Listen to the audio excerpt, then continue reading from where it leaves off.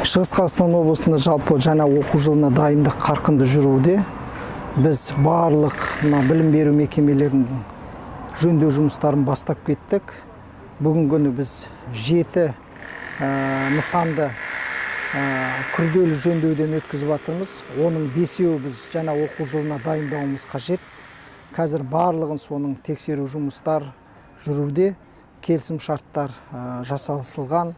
Мынау оқу жыл біту алдында барлық конкурстар өткізіліп, келісім шарттар жасалып, мердігерлер жұмысқа кірісіп кетті.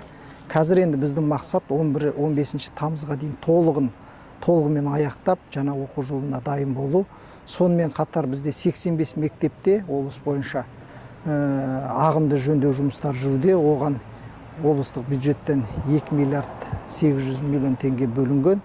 Сонымен қатар мынандай шағын жөндеу жұмыстар, ақтау, красклеу, ол жұмыстарда басқа мектептерде жүру. Біздің мақсат енді 1-ші қыркүйекте барлық біздің балалар жаңа мектепке келу. Сондықтан бізде мынандай жұмыс тобы құрылған. Бұл жұмыс тобына білім басқарманың қызметкерлері ғана емес, жаңағы ата-аналар қауымы, қоғамдық ұйымдар барлығы кірген. Ол кісілердің барлығы қазір осындай жөндеу жұмыстар жүргендерде өздерінің бақылауында ұстауда. Сондықтан біздің негізгі міндетіміз жаңа оқу жылына толық барлық мектептерді дайын қылып қамтамасыз ету.